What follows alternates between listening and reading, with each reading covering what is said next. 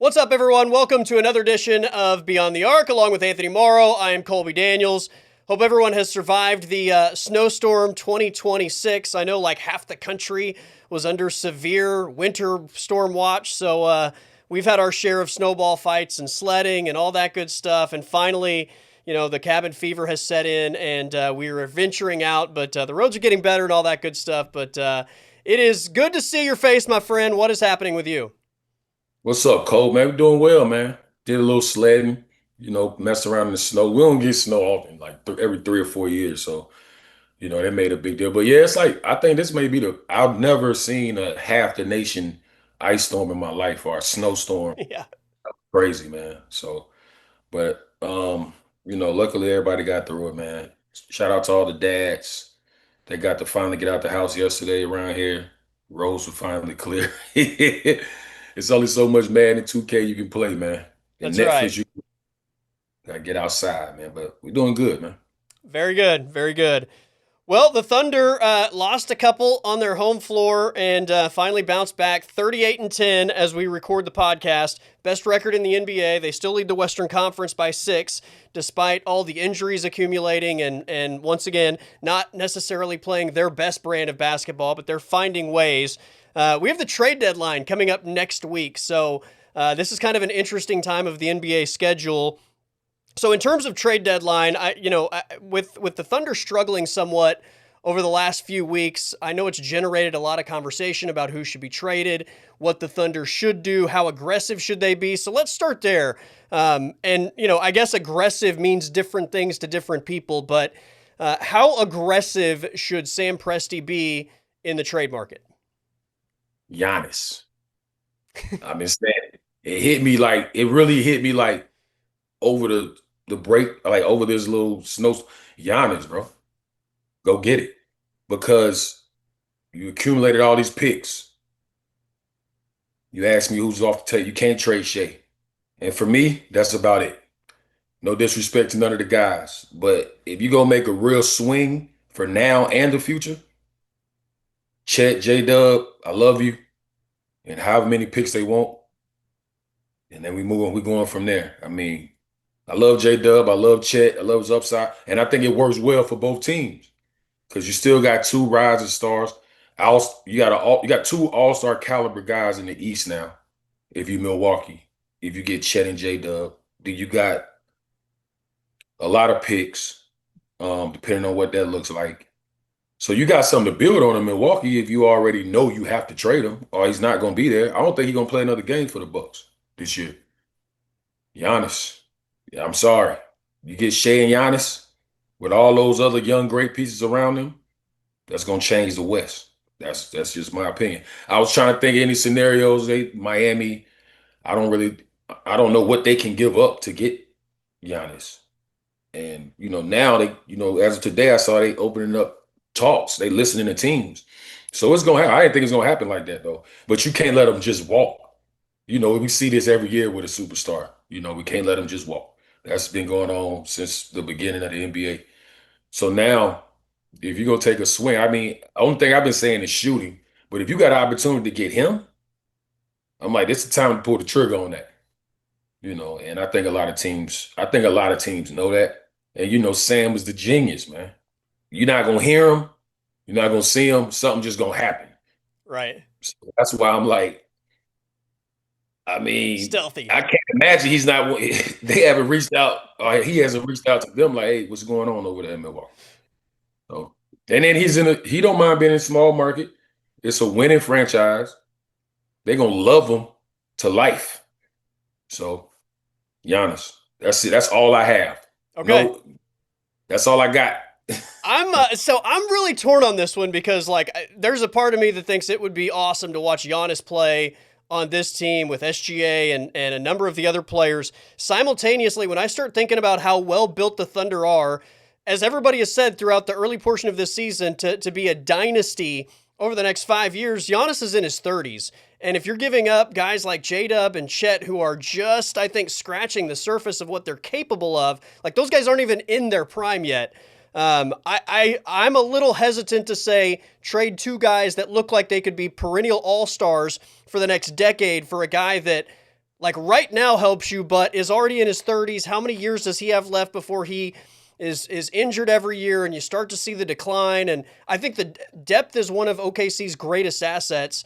And to start to lose your depth simultaneously for one player also, I think is a little bit of a drawback. And then one thing we've talked about over and over that I think is one of the invisible aspects of this team's greatness is chemistry, and I would somewhat worry that the chemistry gets disrupted to a major degree, bringing in a another superstar like Giannis and moving some pieces that seem to fit so well together.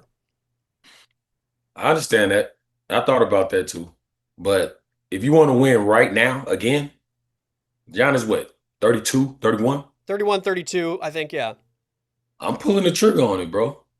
Because he still got Giannis has at least another 5 years to play like he plays now. And he'll be in a position to have guys around him and you with another perennial all-star, which he kind of never really had. So I mean at this point, if I'm OKC, I mean we still got guys like the other J Dub. We got, Yeah. and then you got Kaysen. You still got Lou. You Lou. still got some formidable guys that you can still be able to play the same way. You might lose some shooting, but what Giannis does, I don't think anybody else does in the league. So if you got a chance to get one of those kind of once in a lifetime guys like that, if it happens through a trade, because you don't just draft them. Sam is great at that, of course, obviously. But to get that at the trade deadline at a time right now where it's not only, I don't think they're playing bad. I just think that they're going through, like I said earlier, ups and downs of the season. Um, I wouldn't trade them for anybody else. I'll Yeah. say that. But I understand what you mean about the chemistry, but I think he fits right in with the Oklahoma City, like the culture over there. And you get defense, you get 30 and 12 a night. And imagine like a Shea and Giannis pick and roll where Shea setting the screen, with Yeah. backside action. We got a couple shooters over, So if they don't do it, I get it. I wouldn't be mad. But if they did do it, I wouldn't be surprised. I think you could talk me into it if it was either Chet or J Dub and maybe some picks, but man, sending both to Milwaukee, which I think Milwaukee would be over the moon They about. don't ask for that. They 100%, 100%. yeah, you have Yeah, to ask for that. yeah. I remember like the era that you played in with the Thunder. Every trade deadline, I remember Thunder fans being like, "Why didn't they make a big move? Why didn't they do this? Why didn't they do that? Sam Presti needs to be more aggressive." And the thing that I always have to remind people is just because the Thunder don't make a trade doesn't mean they didn't try to make a trade, right? Like two people have to agree to a trade. This isn't the NBA trade machine on the internet where you can like give somebody all your trash for their superstar and you hit trade and it just gets approved and like you make the other team significantly worse and you get way better. That's not how the NBA actually works. Like the other team is going to need something good as well. So just because two teams can't come to terms on a deal and nothing gets done doesn't mean that they like a team is not aggressively trying to make a move. Yeah, I mean, it's always because you got to think. It's like you said, I tell people all the time, this is not NBA 2K, bro. Right. Don't work like that. They're like, why don't they trade such and such? I'm like, it's not gonna work like that. Because that's why it's 3-team trades and all of that. That's why it's so much more behind the scenes that your GM is never going to explain to you. you know. So you definitely don't know as a fan. You know what I'm saying? So it's a lot that goes into it because you got to think about the future. You got to think about, like you said, team chemistry. Who fits your culture? Who's disgruntled? Is he gonna bring that to us? So like it's a lot of factors that you got to factor in. But I mean, it's all about because people don't understand all the GMs aren't the same. Like every organization is different. Like it's some teams that mirror each other a little bit, like the Spurs and the Thunder. Denver, those guys. Miami. Teams like with great coaches over the like last decade and a half, 2 decades, and then it's just a bunch of guys for the most part. You know what I'm saying? So it depends on, you at the discrepancy of who you making that trade with. Because you don't want to ruin your future, like I said. So it just all depends. People don't Yeah. understand that. personalities, who's gonna get along with who, so you see a lot of bad trades like that. We thought Phoenix was gonna be a dynasty. That shit was a disaster. We thought Brooklyn was gonna be a dynasty. Disaster. You know. So it's you gotta think about that. It's not like I call them 2K trades. They never work. Yeah. We almost thought it wasn't gonna work with LeBron going to Miami. Yeah. They figured it out. But that's Pat Riley and them guys over there. Well, and it didn't work the first year, right? I mean, Yeah. they had to kind of come back and get some big time role players to win those two championships after they lost the first finals because it just wasn't enough. And as you Yeah. mentioned, I mean, that Brooklyn team, the Phoenix team, they didn't really have anything outside of their big threes. And we've seen in today's NBA, I think with the pace of the game, you can't just rely on a few guys to get you over the top. Like you've got to have Right. depth. You've got to have multiple bodies that can come in and play and do a lot of different things. If Giannis were to go to anyone else in the West, how much do you think that closes the gap? Because I kind of look at this thing and think like anybody that's going to trade for Giannis is going to have to give up something so significant that like is anybody really closing the gap significantly to OKC if they bring in Giannis? Like San Antonio, if they give up a bunch of those role players, that's kind of like what has made San Antonio successful against OKC. So I mean, you might be taking away the asset that has kind of brought you to that next level. I mean, you're not going to get him for free, is all I'm saying. I was here in San Antonio, but like they don't have the picks. So you really be giving away your future. You're gonna have to give up Right. Stephon Castle. Like I wouldn't want to trade him right now. But you're gonna have to ask for him. You're gonna have to ask for him. You may have to give up Stephon Castle and Sohan still out there. Yeah. He asked to be traded already, so he'll be gone. And then I don't know what his they pick situation look like, but you have to give up that too to get him. And I mean, if I'm Milwaukee, I'm like Stephon Castle, no hands down, I need him. Yeah. You know, Vassell or Harper probably is going to have to be moved. yeah, I see. I definitely wouldn't trade Harper. Right. He just, he was a pro. I thought he was a pro when he was at Rutgers. I'm like, he definitely gonna be the number two. I wouldn't trade him. He would kind of be off the table. And I would say that with Castle, but depending on what Milwaukee, how aggressive they are, and if you can finesse a trade out of them without giving up like your immediate future right now, I mean, San Antonio would be a good him and Wemby. I mean, he only 31. Wemby's what, 19, 20? Yeah. He got 5, 6 more years of Giannis being able to play at this level, barring any injuries, God forbid. But I've been hearing more East teams, New York. I don't know if I want to see him in New York. I don't even like New York, but I would watch them if he went there. But I mean, like, who they gonna give up? Like Right. Cat, you know, maybe OG. But I don't know because I mean, the money got to match. Right. So, Yeah, you it's know, not an easy thing to just put him on another team that isn't going to have to significantly give up assets to like make the trade even work, much less to make both sides agree. So it's an interesting scenario. I'm excited to see how all this plays out over the next week. Um, Speaking of the trade deadline, so you've been traded twice near the trade deadline. So I guess like did you know that maybe there was a possibility of that going down when you were traded, or like how was the news broke to you? Kind of break down like these trade deadline deals and sort of like what your experience was. first time I got traded, I knew I was getting traded. I was in Atlanta. I asked to be traded because we had way too many wings.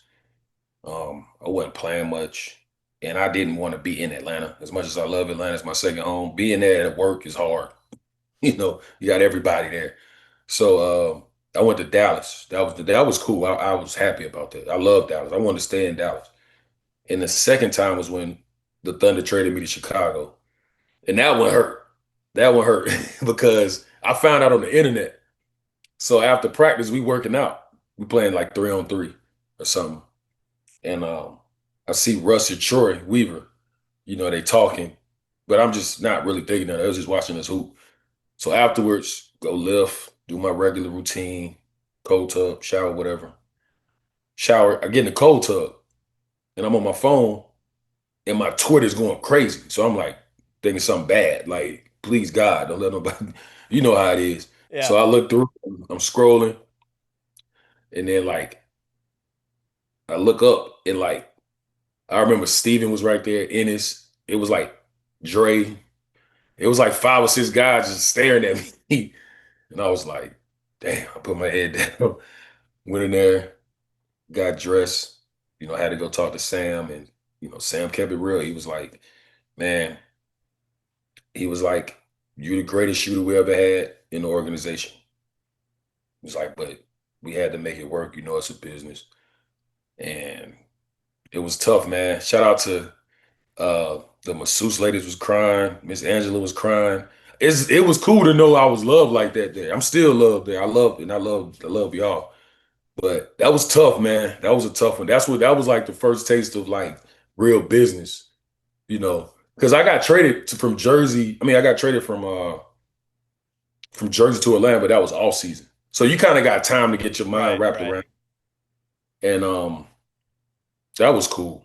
But yeah, that mid-season trade, because it's like what people because Cam Payne, he asked for a trade.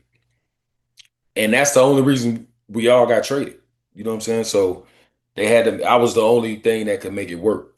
And I was like, damn. And we go to Chicago. But see, people don't know. You go home, you gotta tell the wife, you gotta tell your kid. You know what I'm saying? Yeah. Like, you can't hide it. It's like it's on the radio, so like it's on TV. So I was like, yeah, I got, she was like, I saw you got, you traded, like what we do. I was like, I'm gonna go. I had to leave the next morning. So I left the next morning and they stayed.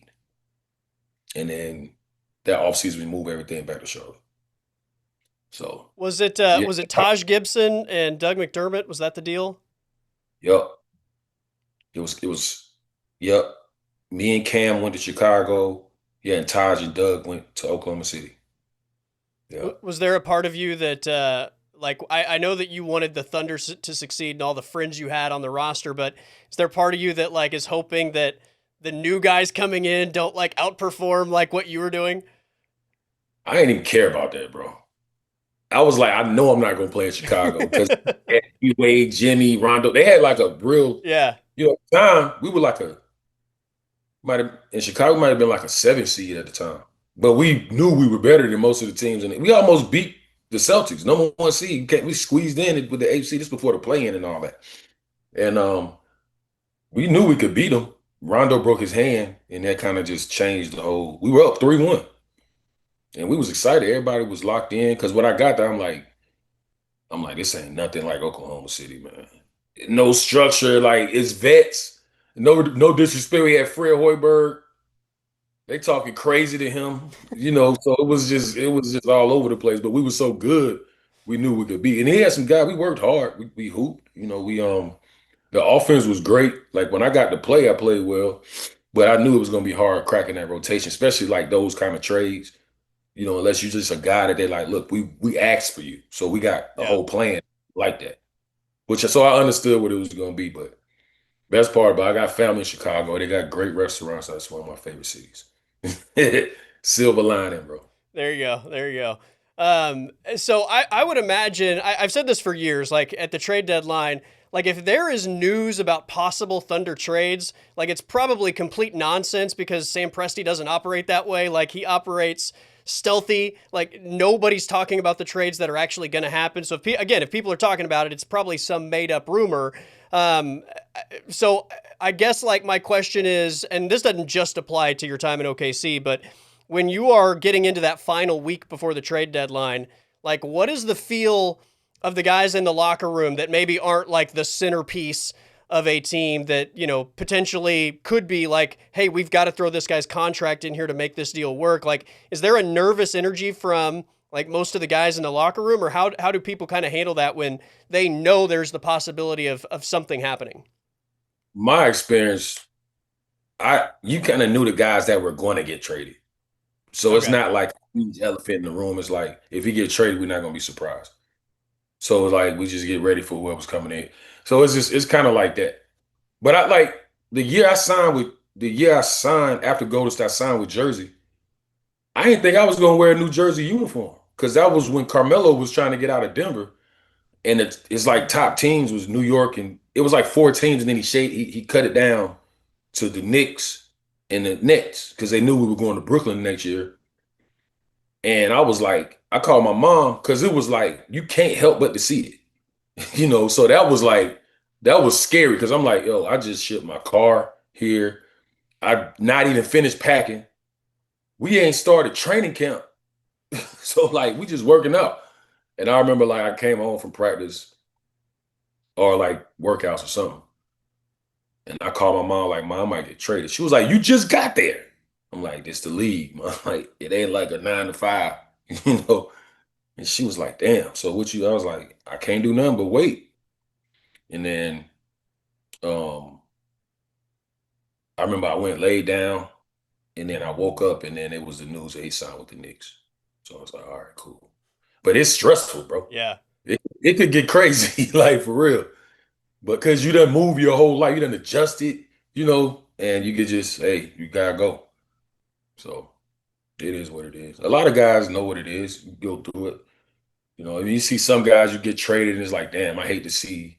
Like when I got traded from Oklahoma City, it was like to this day, people still hit me up like, we hate that trade. We hated that you had to go. But yeah, it can get a little crazy, man. It get a little stressful, but it's part of the game, man. Everybody, if you at this level, stuff come with it. You know what I'm saying? So it's what it is. What was the biggest challenge after you got traded in terms of like fitting in with the new roster and kind of finding like your role within that, as you kind of try to mesh with them and they're trying to mesh with you? Uh, it's not really. I didn't feel like I had any challenges because I like the league is already kind of like a fraternity. Like Yeah. most of the guys know enough about each other.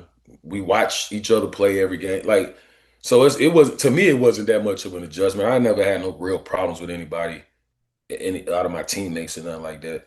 Um, it's just in terms of like Portland when I had it when I got traded from Chicago to Portland.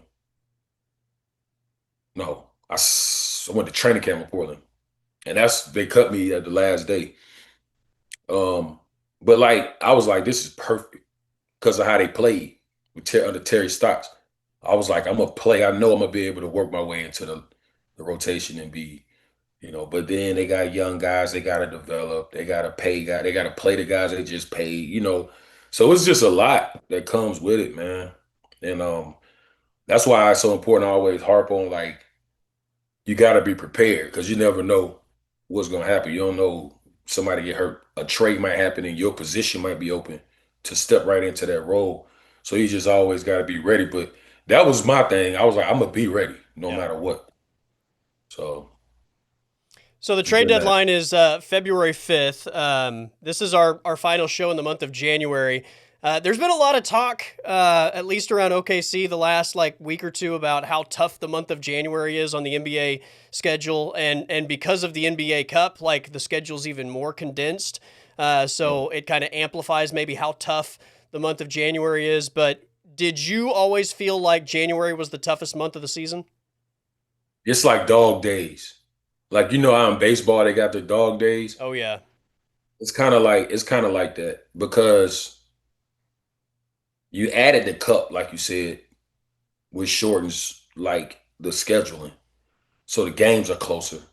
Everybody's body kind of hurting. You see All Star coming up in what a couple weeks.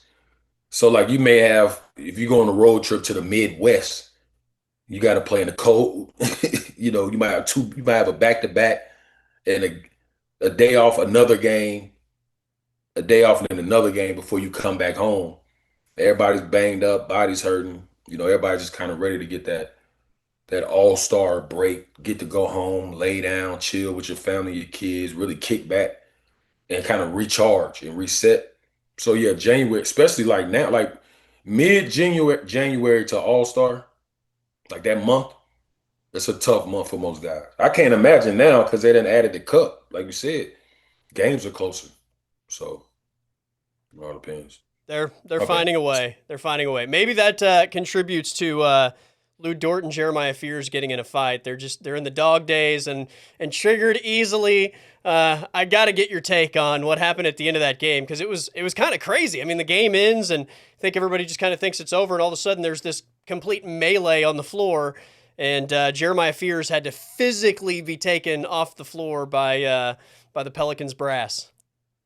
Hey man, I admire the young fella, man. He didn't back down, but it is kind of part of that though. Dudes getting frustrated. Like it's kind of time for the break, you know. But nah, yeah, he didn't want that. He didn't want that kind of smoke with Lou, I don't think, man. The way Luke, we say, look, he just big homie them, man. Sometimes you gotta big homie somebody. When he jacked them up like that, we call it the yoke up. He yoked them up. You know what I'm saying? No punches thrown. I just need to let you know this ain't gonna be that the next time I see you. But Jeremiah was ready, going to the back and trying to run. Hey man, ain't nobody letting y'all fight, bro. You gonna have to see him outside, and it never happens. They gonna see each other all Star Weekend and walk right by each other. Ain't gonna be no problems, man. Jeremiah Fears needs to send gift baskets to all the hold me back guys because Oh yeah, that was the Lou Dort craziest would have whole done thing some I ever bad seen. things to him. I think if they had ultimately gotten close to each other again. He might have had one of the craziest hold me back moments I've ever seen in my life. And I was like, why Was is it it Joe like 12? Dumars? Huh? Was it Joe Dumars that like had It a was hold of him Joe, with? it was everybody. Like ball boys. Like, I'm like, man, leave him alone. Lou's sitting there like, let him go. You know what I'm saying? What you got? I'm not going to lose $50,000, but I'm still gonna let you know what's going on. That's why Lou did it the right way. Yeah, He didn't swing, he knew nothing. And we knew Jeremiah wasn't going. You have an opportunity to do it. You know what I'm saying?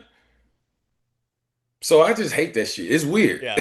Like, no, no. Did you ever witness or hear about a fight that actually did go beyond like that situation where it carried over to another situation or another spot or after the game or anything like that? Because most of the time it seems like those beefs maybe either die or just stay relevant like on social media, but there's never really any sort of like physical altercation afterward. No, I haven't seen anybody like off the court. I heard something about Draymond and Tristan Thompson at a spot somewhere, but I wasn't there. I heard about like in the recent times. I ain't never really seen them go past the basketball Yeah, court. The stories about Charles Oakley, like it ain't like that no more. yeah, Like see you out is really on, But I I haven't witnessed it. It's never that serious, bro. We hooping right, right. millions of dollars. you know, It's passion in the heat of the moment, but usually once you take a breath, like it you kind of come back to reality. It's hard to believe, Ant, that it's been we just passed the 6 year milestone of Kobe Bryant passing away, which popped up on my timeline 6 years ago. Kobe Bryant passed, and it's wild that it's already been that long. You were in the league with Kobe. In fact, I think you were on the Thunder when Kobe played, I believe, his last road game of his career in OKC before his regular season home finale, if I remember correctly. But yeah. you obviously played against Kobe Bryant on multiple occasions. So what's your best Kobe story? Um, him telling one of the rookies that if you keep talking, he said something like, the dude was talking trash, and he was like, you got a couple more, you may be able to shoot like 6 more times. And Kobe was cruising, and he said, I can shoot every time if I want to, and you have to guard me. It's like, so you might want to tread lightly. He said something around those lines. And that's the only thing he said that's the only thing I heard him say the whole game. We in the next time I say, young fella, listen, bro. Chill out, boy, before you end up on ESPN Classic. Dude had 81, bro. Don't turn this into something where your grandkids gonna be asking you what was going on because he had 73. Let him chill, man. We got a chance to win, you know. But yeah, he was one of those assassin, bro. Like on and off the court, you could tell how he was wired differently than most people. But yeah, Cole was serious, man. Young and listen to me too, man. He probably finished with like 38 though. Better than 73. I always love those stories, and I'm not like turning this into like a Jordan, Kobe, LeBron thing, but there's always something like special hearing the stories about like Jordan and Kobe and just like that extra gear that they will go to over the slightest thing. And I'm not saying LeBron doesn't ever do that, but you don't hear those stories the same way, I think, as you do with Jordan and Kobe, where like everybody seemingly has like at least one or two stories where it's like, a light flickered in the wrong way, and then this guy went for like 50 because it just like anything it seemed like could set those guys into that like killer mode, which I love. Yeah, LeBron to me just played the same way. Like he does that too though. If you talk to, I mean, you see at this point it's not the same, but like him and Dylan Brooks, him and Dylan Brooks get into it.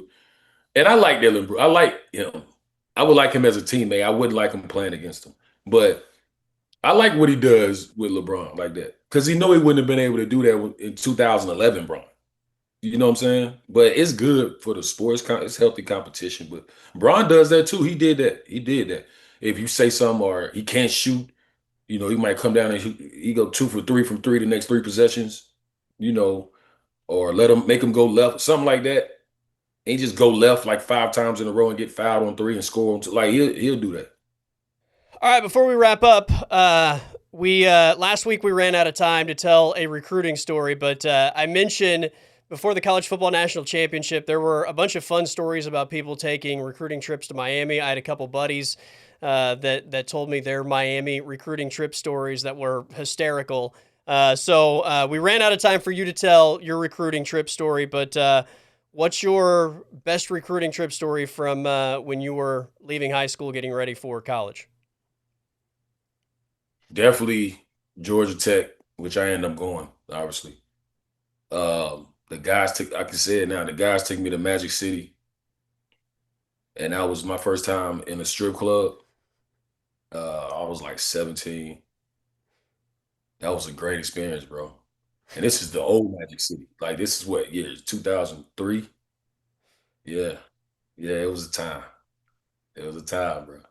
We ended up leaving, and I was like, "Where we going now?" They was like, "You going back to the hotel, bro? It's like 4 o'clock in the morning." But nah, it was fun, man.